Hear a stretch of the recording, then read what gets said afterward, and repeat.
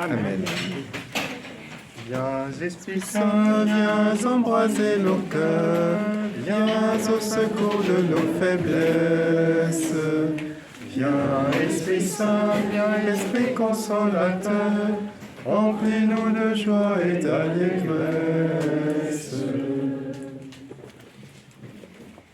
Amen. Alors, je suis bien sûr heureux de vous retrouver, heureux de retrouver tous ceux qui nous ont rejoints depuis la rentrée. Donc pardonnez-moi, homme de peu de foi, j'ai pas suffisamment prévu de feuilles. Donc j'en les ferai pour la prochaine fois. Voilà, il y en aura un paquet de 40. J'espère que ça ira. Et même un peu plus, comme ça vous pourrez récupérer pour ceux qui n'ont pas eu. Si certains voudraient des feuilles parce qu'ils ont manqué la fois précédente, vous venez me voir à la fin. En fait, et ce qu'il faudrait aussi, ce serait, c'est une demande de notre ami Guillaume Tabar, qui organise ces soirées. Il voudrait avoir la liste des adresses mail. Donc, je vais faire passer ce petit papier et vous mettez votre nom. Si vous ne l'avez pas fait la dernière fois, merci de le faire aujourd'hui. Alors chaque année, il y en a qui disent, mais je l'ai fait l'an passé, on repart à 0, on repart à 9. Voilà, merci, vous mettez votre nom et votre adresse mail. Si vous voulez, j'ai voilà. ça vous va. Ah, c'est gentil, peut-être que ce sera mieux en effet, une feuille avec bravo. Petit carreau. Voilà. Voilà. Merci. Et donc, nous allons maintenant commencer. Donc évidemment, cette histoire des patriarches elle nous passionne parce que c'est l'histoire sainte, c'est l'histoire dont Jésus est l'aboutissement. Pour comprendre Jésus, vous savez, vous connaissez la phrase de saint Ambroise, le grand évêque, non, saint Jérôme, pardon, Jérôme, le prêtre romain qui est allé se réfugier à Bethléem dans la petite grotte et qui a étudié les Écritures et qui a traduit toute la Bible en s'aidant du texte hébreu, et il disait « ignorer les Écritures, c'est ignorer le Christ ».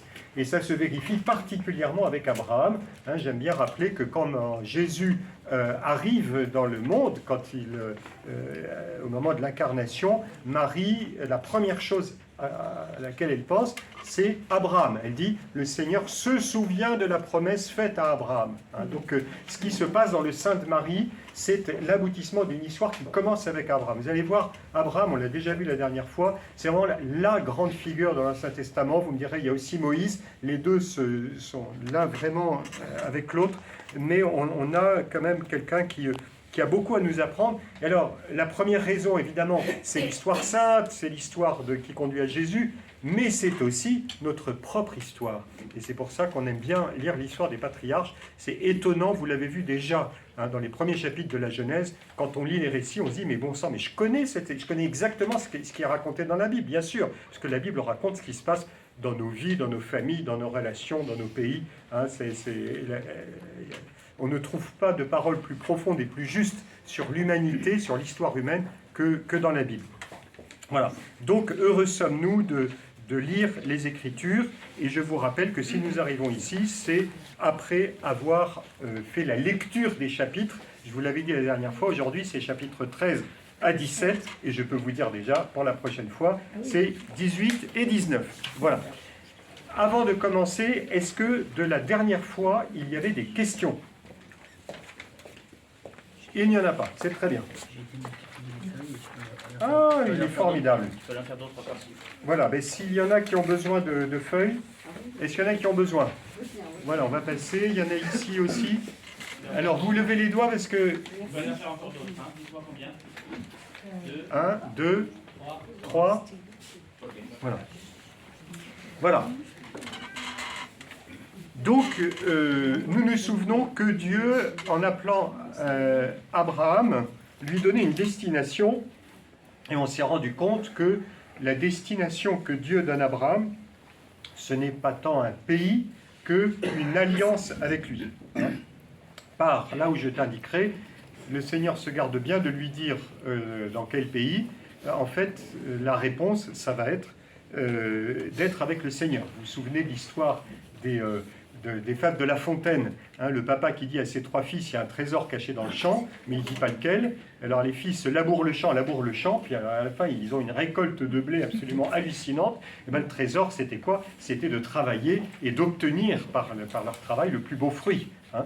Et bien, de la même manière, quand le Seigneur dit à Abraham, pars là où je t'indiquerai, hein, le pays que le Seigneur propose à Abraham, eh bien, c'est de vivre dans l'amitié avec lui. Hein, donc, on retrouvera ça dans le Nouveau Testament. Hein, Abraham partit sans savoir où il allait, mais il visait finalement la cité sainte. Hein, et c'est là que Dieu voulait le conduire. Donc, le but de l'appel, au chapitre 12, c'est l'alliance.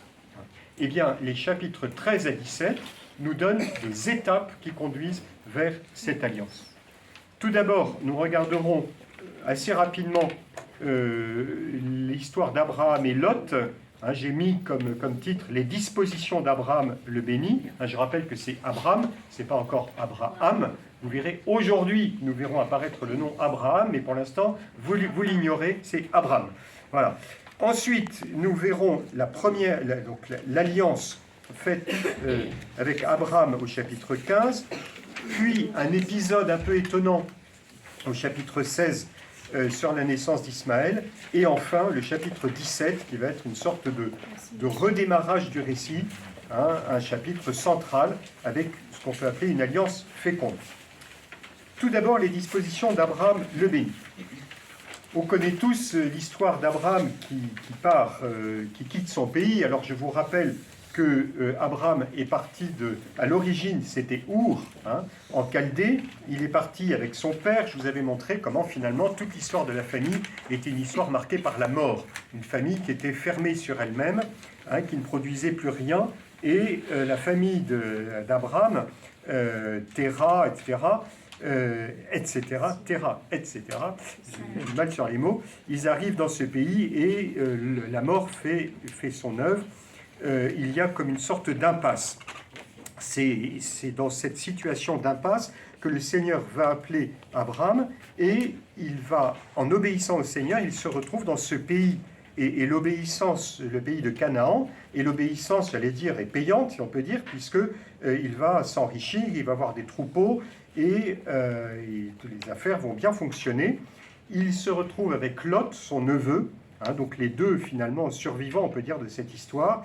Et ayant l'un et l'autre beaucoup de richesses, eh bien, ils se rendent compte qu'ils ont du mal à tenir dans le même espace.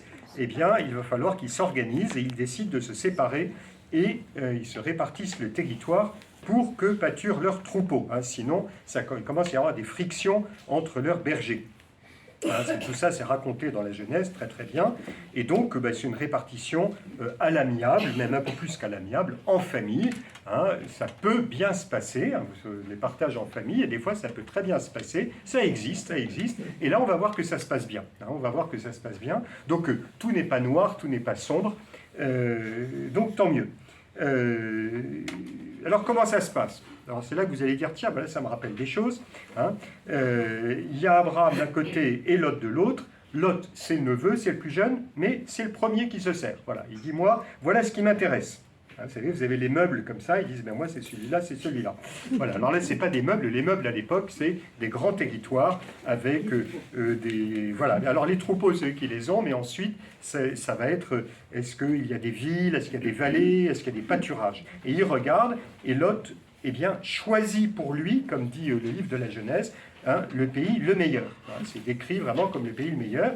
Hein. Et cette attitude de convoitise est assez caractéristique. Lot, c'est une figure intéressante parce qu'il n'est pas tout gentil ou tout mauvais. Hein. Nous, on est beaucoup dans le tout gentil ou tout mauvais. Dans la Bible, les choses sont plus nuancées. Il y a du gentil et du mauvais qui se mélangent. Et Lot, il est un petit peu avec nos ambiguïtés. Hein, il suit Abraham, il est proche d'Abraham.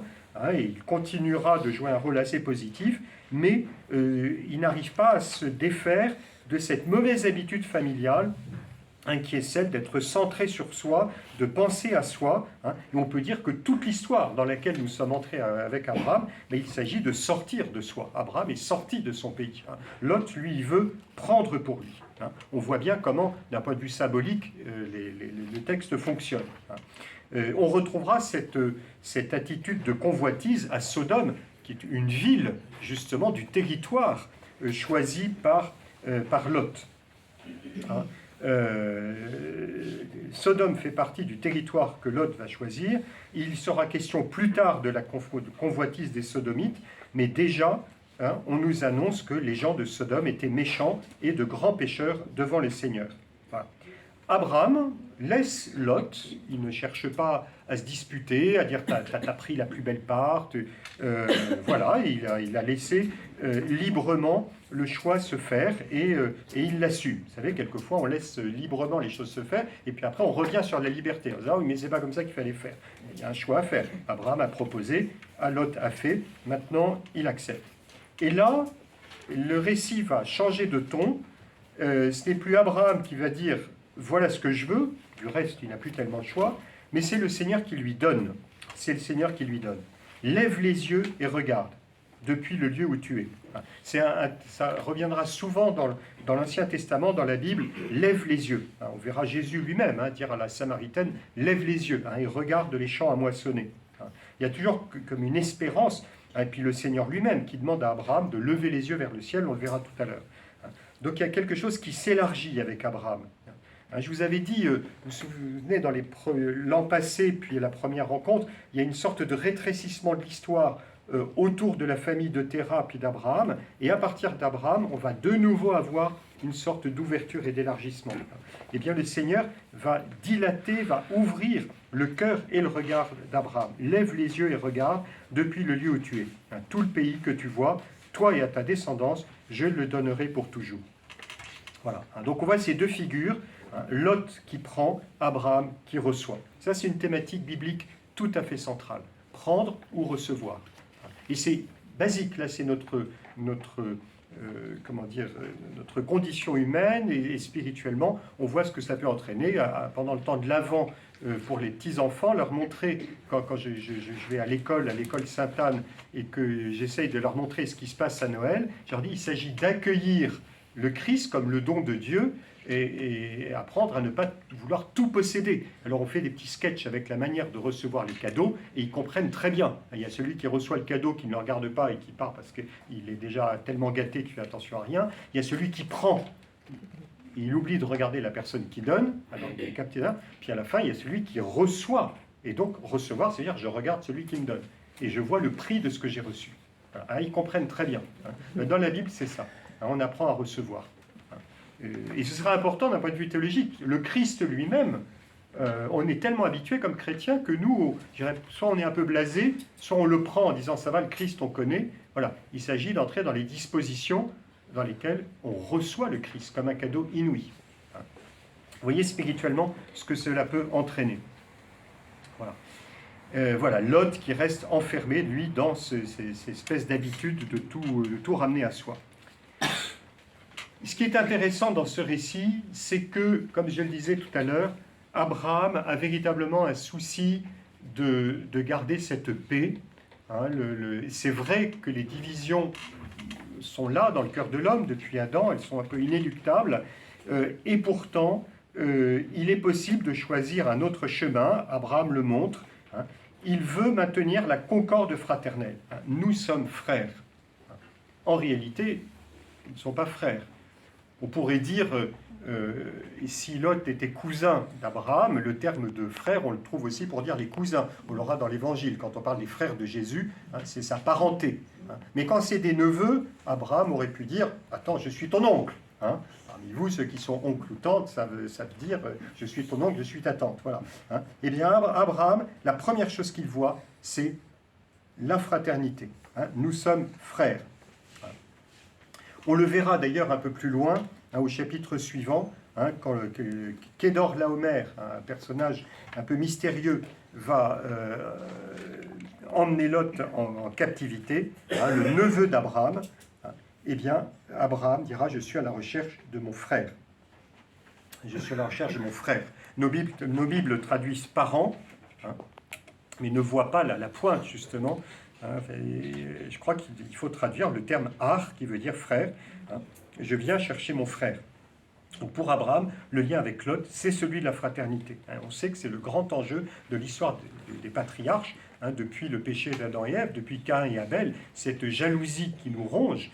qui fait que chacun ne pense qu'à lui-même et qui rend la fraternité impossible, eh bien avec Abraham, cette fraternité va être progressivement rétablie.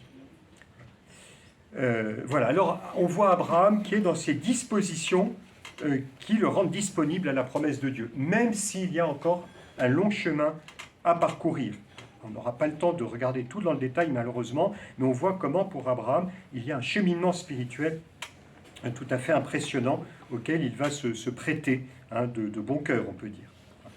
Voilà, on le verra un peu plus loin, quand le roi de Sodome lui propose un remerciement après son intervention militaire, à propos de l'histoire de Kédor-Laomer, cette phrase d'Abraham, « Je ne prendrai rien de ce qui est à toi ». Voilà, il a rendu service et c'est tout ce qui comptait pour lui. Voilà, le dernier point, pour bien comprendre ces dispositions d'Abraham, eh bien, c'est de se souvenir de cette question de la bénédiction. Abraham était l'objet d'une bénédiction et on se souvient que le but, c'était qu'il transmette cette bénédiction à toutes les nations de la terre. Et c'est intéressant qu'il aille voir un roi païen, Melchisédek, qui est à la fois le roi de Salem et puis prêtre du Dieu très haut, et le prêtre va bénir le Seigneur du ciel, en sachant que c'est de lui que vient toute bénédiction, mais aussi il reconnaît l'élection dont Abraham est l'objet. Il fait reposer cette bénédiction sur Abraham. Eh bien, c'est exactement ce qui avait été annoncé par Dieu. En te bénissant toi, c'est-à-dire en reconnaissant en toi le choix de Dieu, les nations seront bénies. En reconnaissant qu'Abraham a été choisi par Dieu, je reconnais la trace de Dieu, je reconnais le chemin que Dieu veut nous donner pour le salut. Je vous avais dit la dernière fois, cette question, c'est tout l'enjeu de notre relation à Israël. Reconnaître que Israël a été appelé, que le peuple juif est là parce que Dieu l'a appelé. Et donc, ce n'est pas moi qui définis les choses en disant comment elles doivent se passer, mais je reconnais que Israël a laissé sa trace, Dieu a laissé sa trace en mettant un peuple à part, l'élection d'Abraham, l'élection d'Israël. Eh bien, c'est un chemin que le Seigneur nous donne pour que nous puissions accueillir à notre tour le don de Dieu. Alors, il y a tout un thème de réflexion que je ne peux pas développer ici malheureusement, mais c'est très intéressant que Abraham, qui vient d'un pays païen, qui est un païen, il faut bien se souvenir qu'Abraham c'est un païen pour l'instant, c'est un païen, c'est-à-dire l'humanité à son état premier, sans le Christ on est tous des païens, c'est-à-dire on est livré à notre religiosité immédiate. Abraham honore les divinités de son pays, il a quitté son pays, ça veut dire aussi avec ses divinités. S'il arrive auprès de Melchisédek, le roi de Salem, donc c'est un roi païen, on va dire, ça veut dire qu'il adopte le Dieu des Cananéens. Il passe d'une divinité à l'autre. Alors précisément non, parce que la figure de Melchisédek est présentée dans la Bible comme un roi qui semble, survoler ses particularismes. Il est prêtre du Dieu très haut. Et on a l'impression à ce moment-là que l'auteur biblique se réfère à Dieu qui n'est pas limité, justement, à une tribu, à un peuple, à une nation païenne. Ça montre bien que le chemin que va suivre Abraham, ce ne sera pas un chemin particulier, le Dieu d'un clan, même si on en aura l'impression à certains moments, parce qu'on va le voir tout à l'heure, il y a une appartenance mutuelle entre Dieu et le clan d'Abraham, mais il s'adresse bien au Dieu qui est le même pour les païens, pour tout le monde, le Dieu unique. Voilà. Bon, je n'appesantis pas plus dessus, mais c'est un sujet sûrement qu'il faudrait approfondir. Alors, le premier moment, j'allais dire vraiment important, après ces récits qui nous disposent d'une certaine manière à l'alliance, eh bien, c'est cette première étape de l'alliance, qu'on peut appeler une alliance indéfectible. Une nouvelle fois, on voit Dieu intervenir auprès d'Abraham et lui promettre une descendance. Ça avait déjà été le cas au chapitre 12. Le Seigneur avait déjà fait une promesse. Eh bien, il va la renouveler. Mais évidemment, Abraham sait que lui et sa femme sont stériles. Alors, se pose la question, qu'est-ce qu'on peut espérer quand on reçoit une promesse magnifique Voilà, on vous fait la promesse de devenir, je sais pas quoi, champion aux 400 mètres. Oui, mais je suis sur une chaise roulante. C'est bien de dire champion aux 400 mètres, mais c'est bien gentil de faire une promesse. C'est un peu douloureux. Hein, j'ai l'impression que le Seigneur va appuyer là où ça fait mal. Hein, dire tu es le père d'une nombreuse descendance. Abraham ne l'a pas dit dès le départ, mais il est âgé, sa femme est stérile. Donc, on va voir dans tout le récit à quel point ce texte est très humain. C'est-à-dire qu'on voit la souffrance de Sarah, hein, et d'Abraham, peut-être davantage de Sarah, ce qu'on peut comprendre d'une mère, en fait d'une femme qui n'a pas encore eu d'enfant. On va le voir juste après. Hein. Donc, qu'est-ce que le Seigneur va faire pour réaliser cette promesse? Donc, vous voyez combien ça touche une question très, très profonde. Le Seigneur va progressivement aider Abraham à avancer sur le chemin de la foi. Tout d'abord, le Seigneur mène Abraham dehors. Il le mena dehors, il le conduisit dehors. Donc Abraham est sous la tente, hein, on devine qu'il fait nuit, on va le deviner. Sortir de la tente, évidemment, on se souvient du moment où le Seigneur l'a fait sortir de son pays. Et ça, c'est un thème aussi qui est central dans la spiritualité d'Abraham. Je parle de la spiritualité d'Abraham, parce qu'il s'agit réellement d'une question de relation à Dieu. Sortir de soi-même, sortir de son pays, hein, c'est peut-être l'aspect le plus caractéristique de l'histoire d'Abraham. Hein. Sortir de soi-même, sortir de sa tente, hein, sortir de l'habitat que nous nous sommes donné pour que le Seigneur élargisse notre regard. Et le Seigneur élargit son regard, comme on l'avait déjà vu avant, hein, lève les yeux vers le ciel. Alors ça, c'est très très beau, lève les yeux vers le ciel. Pourquoi lever les yeux vers le ciel?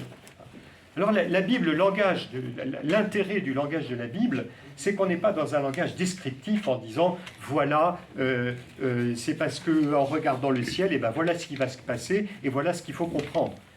Il y a un langage poétique, hein, mais pourquoi?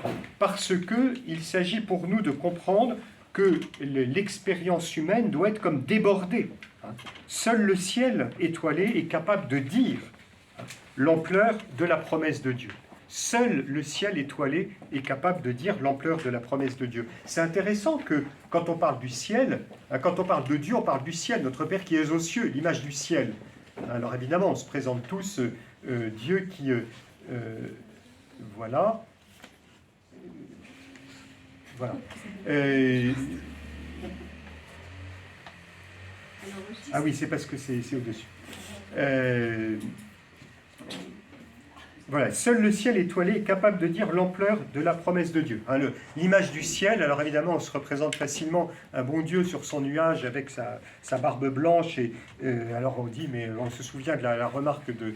C'était Gagarine, hein, qui est la première fois qu'il est allé dans la fusée, il est redescendu, il a dit je suis monté au ciel et je n'y ai pas vu Dieu. Hein, donc c'était l'athéisme officiel, c'est très bien. Hein, ça ne faisait que confirmer l'athéisme qui était enseigné en URSS. Voilà, hein, c'est à quoi le père Delfieux, le père Olivier Clément disait, il n'est peut-être pas monté suffisamment haut. Hein. Voilà, c'est assez juste, hein, il n'est pas monté suffisamment haut. Et c'est vrai. Hein. Mais les cieux, pourquoi les cieux? Parce que les cieux, ils nous englobent. Parce que les cieux, on ne peut pas les saisir. On ne peut pas les ramener à soi. Hein. Voilà, c'est une image de Dieu. Hein. Le ciel étoilé. Et les étoiles, la multiplicité des étoiles. Hein. Celui qui a créé la multiplicité des étoiles, hein, sera capable de donner à Abraham une multitude de descendants. Hein. Donc je crois que voilà, l'image parle d'elle-même, regarde le nombre d'étoiles. Alors nous savons aujourd'hui qu'il y a des milliards, hein, des centaines de milliards d'étoiles, et c'est tout à fait impressionnant. Là, les vues de web, là, je ne sais pas si vous avez regardé des photos, vous voyez une photo comme ça avec plein d'étoiles, puis après il vous montre la photo suivante, on voit que c'est un petit timbre-poste dans un truc immense, en disant ça c'est multiplié par des milliers de fois. Alors on se dit, mais pour l'esprit humain, c'est pas possible. Donc quand Dieu fait sortir Abraham de sa tente et lui montre les étoiles, eh bien, il y a quelque chose d'assez fascinant. Alors, attention, c'est une expérience qui reste matérielle, hein, mais c'est une expérience aussi qui fait appel à j'allais dire, à l'idée de la beauté, de l'émerveillement. Hein. Il s'agit pour l'homme de comprendre que la promesse de Dieu dépasse ce que le cœur de l'homme est capable de concevoir. Dénombre les étoiles si tu peux les dénombrer. C'est amusant que le Seigneur dise ça. Dénombre si tu peux les dénombrer. Bien sûr, Abraham, il dit, mais je ne peux pas. Mais justement, il y a ce débordement qui fait aussi partie du langage biblique. Voilà. Et on voit, comme on l'avait vu déjà dans le langage, dans le récit de la création, au chapitre 1, et puis encore après le déluge, la contemplation du monde créé n'est pas un divertissement esthétique. La révélation, la contemplation du monde créé révèle à l'homme quelque chose de l'agir de Dieu, et même de son être. Ça ne veut pas dire un langage purement allusif, incertain, qui permet de tout dire. Non, il y a quelque chose de vrai, de sûr, mais il faut plus le prendre comme un chemin de conversion, un chemin de vie spirituelle dans lequel le cœur de l'homme va se rendre accessible, va se rendre ouvert à une réalité plus haute, plus grande, qui vient de Dieu. En réponse, Abraham crut dans le Seigneur qui le lui compta comme justice. Abraham crut dans le Seigneur qui le lui compta comme justice. Cette réponse d'Abraham, évidemment, rappelle le chapitre 12, quand le Seigneur lui demande de partir et il part. Cette fois-ci, il est dit de façon explicite, il croit, avec le verbe aman. Ça vous dit quelque chose, quand on va à la messe, on dit amen. Ça veut dire que c'est solide. Aman, c'est une racine qui est la racine hébraïque. Le mot hébraïque, c'est un piquet qu'on plante en terre. Quand vous plantez un piquet en terre et qu'il n'y a que ça qui sort, vous essayez de faire bouger, bon courage. La foi, c'est aussi solide que ça. Eh bien, Abraham croit. Dans le premier cas, au chapitre 12, Abraham prenait un risque. Il ne savait pas où il allait. Ici, il y a de nouveau une expérience extrêmement forte que fait Abraham. Il surmonte un obstacle infranchissable, qui est la stérilité du couple. Tout à l'heure, je donnais l'exemple de quelqu'un qui ne peut pas courir, à qui on fait une promesse de course. Eh bien, le Seigneur dit à Abraham quelque chose qui est inconcevable au plan humain. Et petit à petit, il va préparer Abraham et Sarah pour que cela se réalise. Il s'agit donc bien de comprendre que pour Abraham, la foi va tenir dans ce départ de soi-même, sortir de soi-même, sortir de sa tente, aller là où Dieu le demande et faire confiance. Donc la foi n'est pas une croyance. Je crois que, vous savez quand on dit la foi, je crois que Dieu existe, mais ça reste très abstrait. Je pourrais croire qu'en fait il n'existe pas.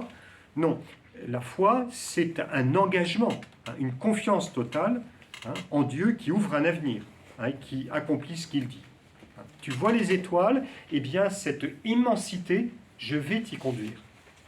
Aussi sûrement que je t'ai fait partir de ton pays, tu t'es retrouvé dans ce pays de Canaan, et tes troupeaux ont grandi, tu as déjà goûté quelque chose de cette bénédiction, eh bien je te conduirai bien plus loin encore. Et là, le Seigneur va confirmer sa promesse sous la forme d'une conclusion d'alliance. Alors il y a ce rite étonnant. Le Seigneur demande à Abraham de prendre des animaux, les couper en deux, les mettre de deux côtés du chemin et de passer au milieu. Et finalement, Abraham s'endort et il y a du feu qui passe au milieu. Alors, il s'agit d'un rite qui est connu, qui est attesté dans des écrits anciens, les tablettes cunéiformes, vous savez, à Marie. On en a aussi une trace dans le livre de Jérémie.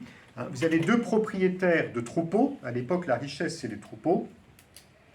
Deux propriétaires qui contractent une alliance. Pourquoi ? Parce qu'il y a un seul puits, qu'ils sont voisins, ils ne veulent pas se faire la guerre, ils se disent il faut qu'on se mette d'accord pour le puits, donc on va faire une alliance et nous nous protégeons mutuellement s'il y a des agresseurs, donc on fait une alliance. Alors comment on fait l'alliance ? Eh bien chacun va venir avec un mouton, une brebis, 3 volatiles et je ne sais pas quoi, on les coupe en deux, donc on les tue, on les coupe en deux, on met les quartiers à gauche et à droite, une moitié d'un côté, une moitié de l'autre, ça fait une sorte d'allée, et les deux contractants passe au milieu et le sous-entendu, c'est si l'un des deux est infidèle, c'est-à-dire par exemple il fait une alliance avec un étranger ou il interdit à l'autre d'avoir accès au puits, eh bien il lui arrivera ce qui est arrivé aux animaux.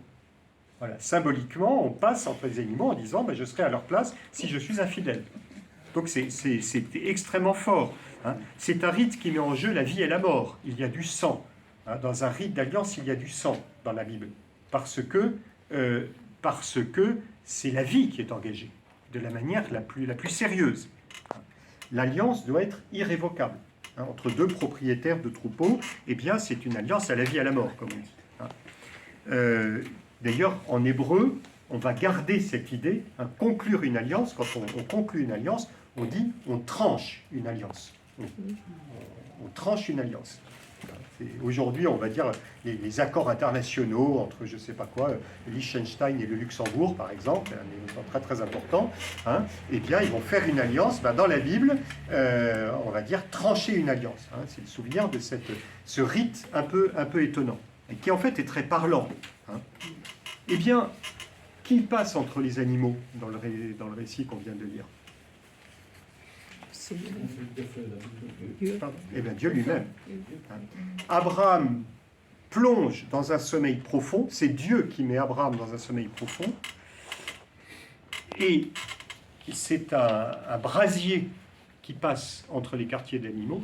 Ça veut dire que c'est Dieu lui-même qui non seulement prend l'engagement, mais prend aussi sur lui les conséquences d'une infidélité.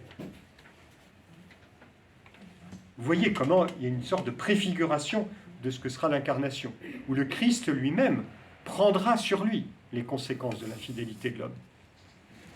L'homme, finalement, est plongé dans un sommeil.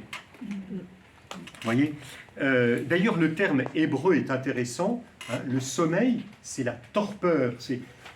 Alors ici, je sais qu'il y a des médecins, il y a au moins une médecin ici, et puis une là et peut-être d'autres. Alors, un ami médecin m'avait expliqué qu'il y a plusieurs degrés dans le sommeil.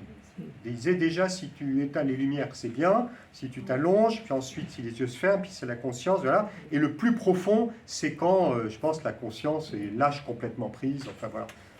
C'est très rare ces moments-là, on est très heureux de l'avoir. Voilà. Ben, c'est ce sommeil le plus profond. C'est ce sommeil le plus profond, tardema. C'est la torpeur, c'est le... voilà. Hein. Et le terme est tout à fait choisi. On le retrouve à un autre moment dans la Bible à propos d'Adam. Au moment où le Seigneur a façonné Ève, parce que Adam n'est pas témoin de la création d'Ève, de même qu'Ève n'est pas témoin de la création d'Adam. Ça n'appartient qu'à Dieu, le mystère de l'homme et de la femme. Ça n'appartient qu'à Dieu. Le vis-à-vis de l'homme et de la femme, ça n'appartient qu'à Dieu. Adam a été plongé dans un sommeil. Et bien de la même manière, Abraham est plongé dans un sommeil qui est le sommeil de l'acte créateur. Cette alliance est aussi solide que la création. Le tardema, en hébreu tardema, le sommeil, quand Dieu fait alliance avec Abraham, il s'engage comme il s'est engagé dans la création. Il y a quelque chose d'extrêmement fort. C'est véritablement le Seigneur qui donne à cette alliance sa solidité. Dieu renouvelle donc sa promesse en la confirmant dans ces deux dimensions, celle de la descendance. Oui, je t'ai dit que je te donnerai une descendance, et aussi un pays. Voilà, un pays qui sera très étendu. Mais le Seigneur ajoute que pour obtenir le pays, il faudra qu'il y ait 4 générations.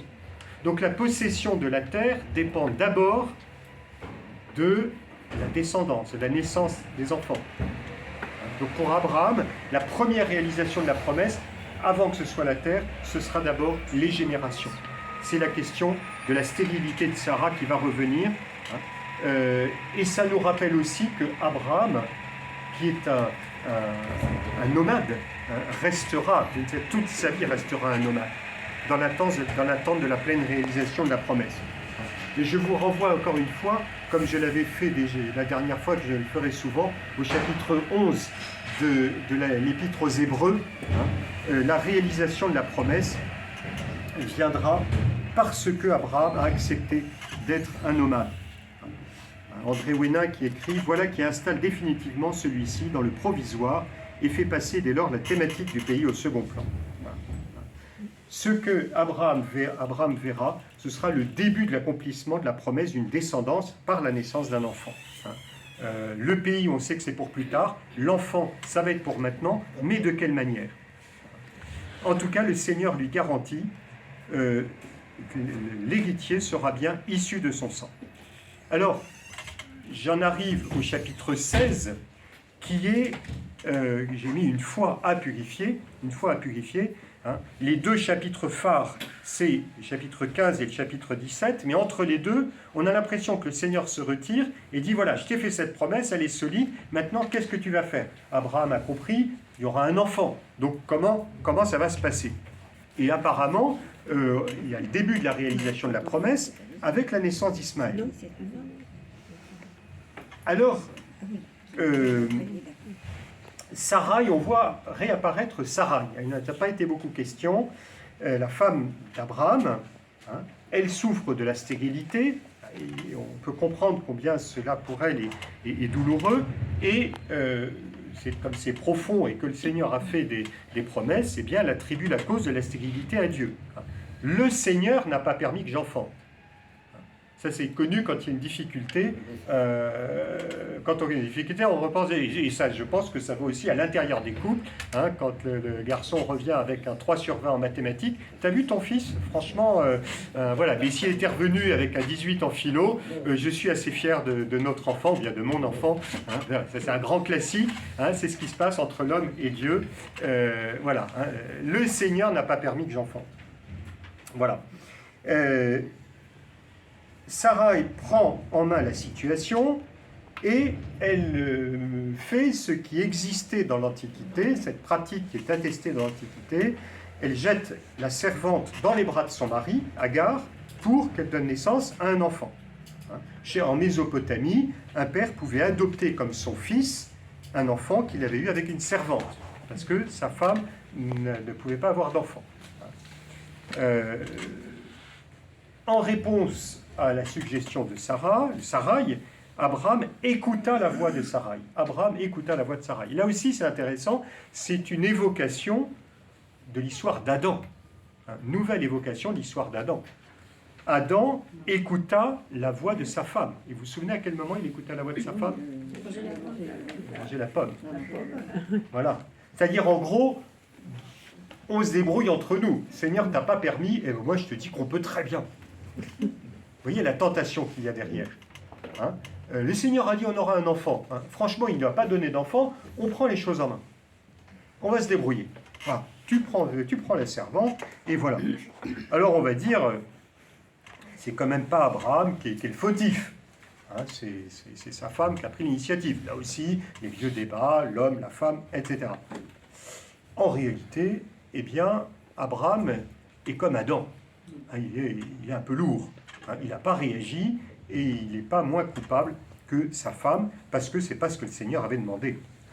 Abraham semble oublier la promesse que Dieu lui avait faite. Comme Adam, qui avait entendu la parole de Dieu, semble oublier la parole que le Seigneur lui avait donnée. Une parole à laquelle Abraham a cru, mais qu'il a l'air d'oublier. Et de fait, il pense que la promesse est réalisée. Le nom d'Ismaël, ça veut dire Dieu a entendu. Vous retrouvez Ismaël. En arabe, on retrouve Shema, Sama. Voilà. Shema Israël, Shama. Écoutez, le Seigneur a entendu. Mais le problème, c'est quoi? Il s'est trompé de femme. Pardon? Il s'est trompé de femme, c'est exactement ça. Le Seigneur a dit que ce serait Abraham et Sarah qui auraient un enfant. Là, c'est Abraham et Agar. C'est le couple qui va avoir un enfant. Abraham s'est laissé entraîner à des calculs humains qui ne correspondent pas à ce que Dieu avait prévu. Et ce n'est pas Dieu qui est intervenu, mais la malice de Sarai, relayée par la passivité d'Abraham. D'ailleurs, aussitôt après, la situation se détériore. Comme dans les calculs humains, il y a un déséquilibre et la jalousie reprend le dessus. C'est inévitable. Là aussi, c'est l'histoire de l'humanité telle qu'elle est. Hein. Sarai, alors ça c'est extraordinaire, il faut prendre le récit dans le détail, on n'a pas le temps maintenant, faites-le chez vous. C'est pas la peine de s'y attarder parce que ce serait du mauvais esprit, mais c'est tellement réaliste. Hein, c'est tellement la réalité. Et Sarai qui dit à Abraham, t'as vu l'enfant là, puis cette femme avec laquelle t'as été, Abraham a dit, attends, c'est toi qui m'as dit, hein. Oui, mais n'empêche que t'as bien accepté, hein, t'as pas réagi. Vous savez, le truc où chaque fois on retient le petit détail qui n'est pas faux, mais qui est quand même, c'est que c'est partagé. Hein, on fait retomber sur l'autre. Hein. Sarai rend Abraham responsable de la situation dont elle est pourtant à l'origine, et Abraham, lui, il se défausse. Hein. Comme Adam d'ailleurs qui a fichu le camp, comme tout autant que Ève après le péché. Hein. Et donc, ça se termine par Sarai qui fait chasser Agar, et on devine la pauvre femme, hein, une esclave comme ça, qui a fait ce que peut-être qu'elle n'était pas si heureuse que ça, et elle se fait chasser. Voilà.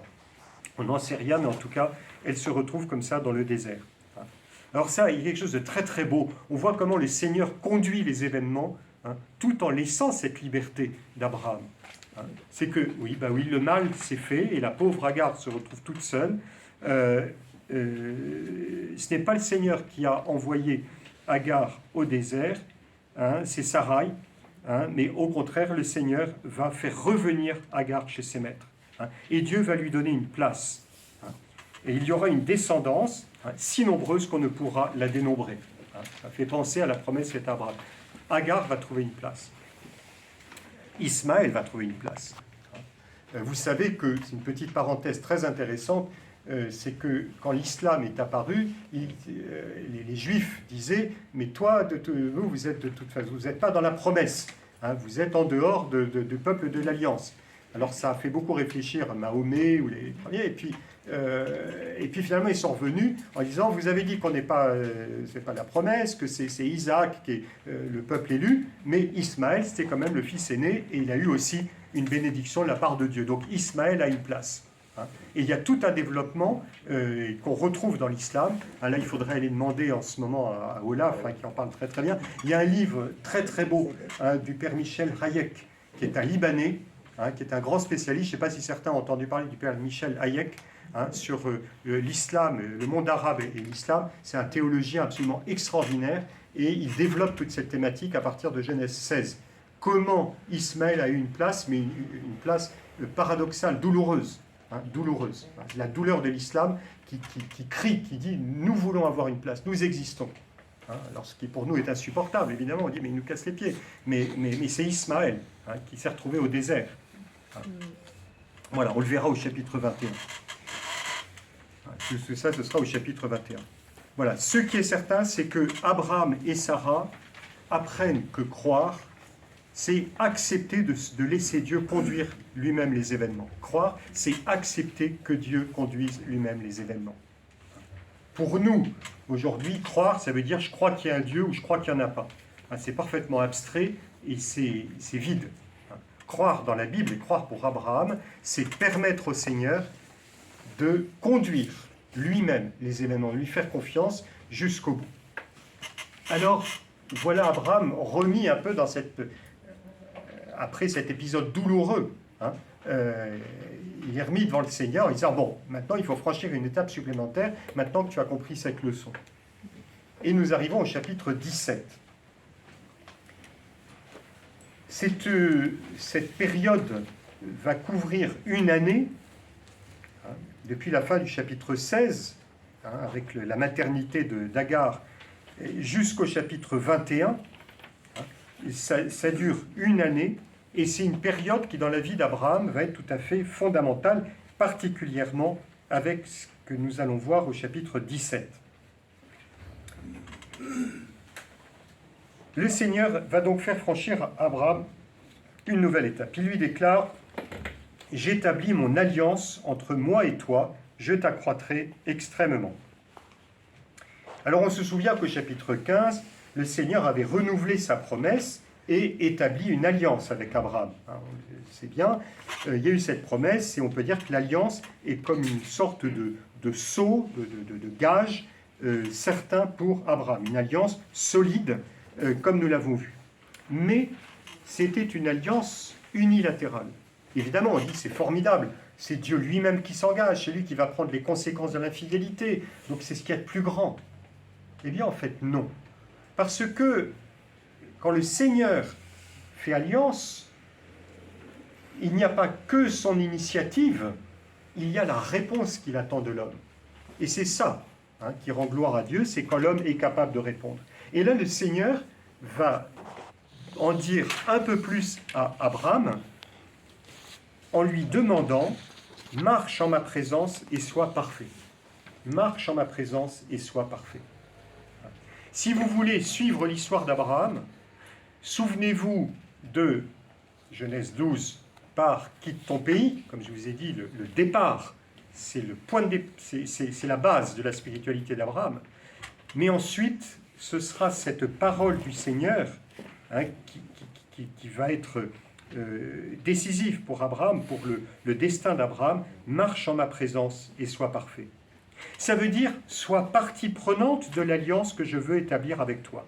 Marcher dans la présence du Seigneur. Ça va définir vraiment l'être d'Abraham, sa place devant Dieu. Et ça marquera toute la spiritualité dans l'Ancien Testament, jusqu'au prophète Michée. Qu'est-ce que le Seigneur attend de toi? Que tu marches humblement avec ton Dieu. Et le Seigneur ajoute, comme s'il précisait un peu cet appel « marche en ma présence », tu observeras mon alliance, toi et ta race après toi, de génération en génération. Alors que stipule cette alliance? Eh bien, le Seigneur déclare à Abraham, j'établis une alliance éternelle pour être ton Dieu et celui de ta descendance avec toi, après toi. Voilà, être ton Dieu et celui de ta descendance après toi. Je serai ton Dieu, qui va être vraiment la caractéristique de l'alliance. Et on la retrouvera fréquemment, cette formule qu'on peut appeler la formule de l'alliance. Vous serez mon peuple et moi je serai votre Dieu. Je serai votre Dieu et comme vous êtes en mesure de répondre, eh bien vous serez mon peuple. Il y a donc un lien indéfectible, on l'a vu au chapitre 15, mais un lien indéfectible d'appartenance mutuelle. Le Seigneur se révélera comme le Dieu d'Abraham. Abraham n'ira pas chercher d'autres dieux. Et puis si on revient sur le chapitre 16, il n'ira pas chercher des assurances humaines. Il a vu que ça ne conduisait à rien de très solide. Mais il y a cette appartenance désormais, le Dieu d'Abraham, et Abraham lui-même va marcher avec son Dieu. Je fais une parenthèse importante. Parce que quand on aborde la question d'Abraham, on dit c'est bien, on va parler du monothéisme biblique. Vous êtes d'accord? Vous avez entendu parler du monothéisme. On dit on est une religion monothéiste. Et Abraham, c'est par excellence le monothéisme, celui qui a cru au Dieu unique. Alors, une bonne fois pour toutes, le terme de monothéisme n'est pas biblique. C'est même pas un terme théologique. Et c'est pas ça qui nous intéresse. Si on veut employer ce langage qui est davantage celui qui est légitime, qui est celui des historiens,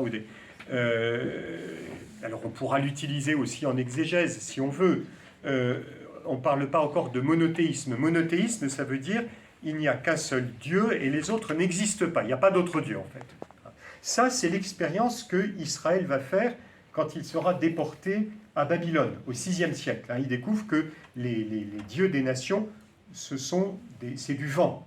Ils n'ont pas d'existence. Ils disent, bon sang, mais les autres dieux, en fait, ils n'existent pas. Voilà. Donc, finalement, il n'y a que le nôtre qui est vivant et qui est vrai. Donc, c'est très bien. Et là, on va passer, en effet, à ce qu'on peut appeler le monothéisme. Pour l'instant, c'est ce qu'on appelle, dans le langage technique, l'énothéisme. Éno, de N en hébreu, en grec. Israël est un peuple qui n'adore que un Dieu, sans dire que les autres dieux n'existent pas. Vous avez vos dieux. D'ailleurs, il y a des textes dans la Bible où on a un peu l'impression que c'est le cas. Voilà, nous on a un seul Dieu. Les Égyptiens ont plusieurs dieux, les Grecs ont plusieurs dieux, nous on a un seul. On appelle ça l'énothéisme. Vous voyez la différence. Mais en réalité, Pourquoi je vous dis que c'est une parenthèse que je fais et qu'il ne faut pas s'y attarder? C'est que c'est une mauvaise piste. Le problème pour Abraham, c'est pas d'arriver à la conclusion assez abstraite de dire il y a un seul Dieu. Je veux dire, ça nous avance bien. Bon, on sait qu'il y a un seul Dieu, d'accord. Mais c'est bien, il y a un seul Dieu. Maintenant, on va le laisser au ciel. C'est ce qu'on a fait en France à l'époque du rationalisme. D'accord, Voltaire était tout à fait d'accord pour dire qu'il y avait un seul Dieu. Il n'était pas athée, on peut dire. Hein, mais que Dieu reste là où il est. Hein, nous faisons des affaires tout seuls. Donc la question d'Abraham, c'est précisément de dire qu'il y a une alliance et qu'il s'agit pour l'homme de trouver ce chemin vers Dieu, de marcher avec Dieu. C'est ça. La grande question d'Abraham, c'est l'alliance, c'est la promesse que le Seigneur accomplira sa parole et donnera une bénédiction. C'est la thématique de la promesse et de l'alliance, l'appel, la promesse et l'alliance, c'est ça qui est central, hein, et non pas uniquement une question de monothéisme. Voilà, je déborde un petit peu, mais on a commencé avec un quart d'heure de retard. Voilà, une transformation pour Abraham et Sarai. L'histoire d'Abraham va prendre un nouveau départ. Il y a une alliance qui est solide et définitive, mais dans laquelle Abraham et Sarai aussi auront part et pourront répondre. Alors, il y aura deux signes de cette nouveauté. D'abord, le changement de nom. Dans la Bible, un nom, ça veut dire un statut, une mission. Le nom est porteur d'un statut et d'une mission. Adam, c'était le terreux. Ève, la vivante. Son nom lui est donné parce qu'elle va mettre au monde des enfants, la mère des vivants. Eh bien, Abraham, qui veut dire le père élevé, va recevoir désormais le nom de Abraham, le père d'une multitude. Comme le dit le texte de la Genèse, tu seras le père d'une multitude. Le père élevé, celui qui domine, désormais va être au niveau de cette multitude à laquelle il va donner naissance. Et puis Sarah, alors Sarah, c'est aussi une belle histoire, son nom est tout à fait évocateur. Sarai, ça signifie « mes princes ». Quand il y a une petite fille que je vois qui s'appelle Sarah, elle ne connaît pas toujours l'origine de son nom. Je lui dis, tu sais ce que ça veut dire, Sarah? Ben, je ne sais pas. Voilà, ça veut dire princesse. Oh, je suis très content de savoir que je me suis rendu compte que ça marchait bien. Le thème de la princesse, ça marche bien. Dans les baptêmes, quand on parle de la royauté, il y avait princesse en général, on préfère princesse. Et oui, on préfère princesse. Voilà. Voilà. Donc c'est très joli parce que princesse, ça veut dire le rêve du prince charmant. Je pense que c'est ça. Eh bien, la pauvre Sarai, c'est pas aussi joli que ça. Ça veut dire en fait mes princes. Sarai, c'est mes princes. Ça veut dire qu'elle appartient au prince, au chef de la famille de Terah, de la famille d'Abraham, mais elle ne s'appartient pas, elle n'est pas reconnue pour elle-même. Et précisément, elle ne s'appelle plus Sarai, mais elle s'appelle Sarah. Donc elle devient elle-même cette princesse. Elle n'est plus celle qui se définit par rapport aux autres. Vous vous souvenez, au début, quand je disais, il y a Terah, tout se définit par rapport à lui, désormais, Sarah advient, j'allais dire, dans son unicité, dans sa splendeur, la splendeur d'une princesse qui est reconnue pour elle-même. Princesse, elle sera mère de roi et prince. C'est ça la promesse qui est faite à Sarah. Tu seras la mère de roi et de prince. Désormais, c'est plus toi qui seras relatif aux autres, ce sont les autres qui se recevront de toi et tu auras pleinement ta place. Donc c'est aussi la promesse que le Seigneur va réaliser ce qu'il a dit, la descendance. Le deuxième signe que le Seigneur donne à Abraham, ça va être la circoncision. Évidemment, quelque chose qui est marquant dans le judaïsme, pour marquer le judaïsme. Il faut bien se rendre compte que d'un point de vue historique, si la pratique semble assez ancienne, c'est surtout au retour d'exil, quand Israël est confronté aux autres nations, qu'on va voir le sacerdoce de Jérusalem disant « Attention, c'est très important, il faut pratiquer ce rite comme marque d'appartenance au peuple. » Mais dans l'histoire d'Abraham, le Seigneur va le donner comme un signe que son alliance va marquer Abraham jusque dans sa chair. c'est-à-dire l'alliance va prendre corps. Il y a un très beau texte d'Origène que je vous avais mis au départ. Vous savez, je vous mets souvent les pères de l'Église, puis j'ai changé pour un autre texte. Mais Origène fait le lien entre la circoncision et l'incarnation, c'est-à-dire en quoi la parole de Dieu se grave dans notre humanité de la manière la plus concrète. Elle nous marque. Alors bien sûr, en plus, le lieu de la transmission de la vie chez l'homme, qui pour l'homme était le lieu de la convoitise, eh bien, il y a cette idée que désormais, le lieu de la transmission de la vie est marqué par cette parole de Dieu, par cet appel de Dieu. C'est un signe pour la descendance d'Abraham, pas simplement pour Abraham, mais pour sa descendance, puisqu'il doit circoncire aussi ses fils et que ce sera de génération en génération. Ça veut dire que tous ceux qui auront ce signe auront la responsabilité de pratiquer la Torah. Celui qui reçoit la circoncision a la responsabilité de pratiquer la Torah. C'est-à-dire qu'il est marqué dans sa chair pour accomplir. C'est cette thématique de la réponse. Je vous ai dit, il y a ce que Dieu donne, ce que Dieu fait de façon unilatérale. Désormais, l'homme est capable de répondre. Marche avec Dieu, observe l'alliance. Et on peut dire que toute la loi de Moïse va être comme le développement de cette alliance du chapitre 17, où Abraham, qui est marqué dans sa chair, est capable de répondre, est appelé à répondre. À tel point que celui qui n'est pas circoncis n'a pas le droit, par exemple, de pratiquer les rites d'Israël, la Torah. Voilà. Alors, on dit aujourd'hui, la tradition juive, on dit évidemment, il n'y a que la moitié de l'humanité qui est marquée par ce signe. C'est pour ça que les hommes dans le judaïsme, on les voit avec les vêtements, avec le tzitzit, avec toutes les prières qu'ils font dans la journée. Et leur travail, c'est de mettre en pratique les commandements. Là, on dit le rôle de la femme va être davantage lié à la question de la maternité, avec la figure de Sarah, qui est la mère. Dans le judaïsme, ça reste très fort. C'est sûr que le christianisme va un peu changer la donne, en disant désormais, dans le Christ, vous ne faites plus qu'un, et il y aura un rapport un peu différent à la manière de pratiquer la loi. Mais c'est intéressant de voir comment le peuple juif est porteur de cette mémoire par laquelle Dieu a montré sa fidélité. Voilà. Dernier point, qui est comme une ouverture, celle que le Seigneur a permise. La conséquence pour Abraham, ça va être la réalisation de la promesse de fécondité. On se souvient qu'Abraham y avait cru, mais au chapitre 15, mais il a eu du mal quand même à croire jusqu'au bout.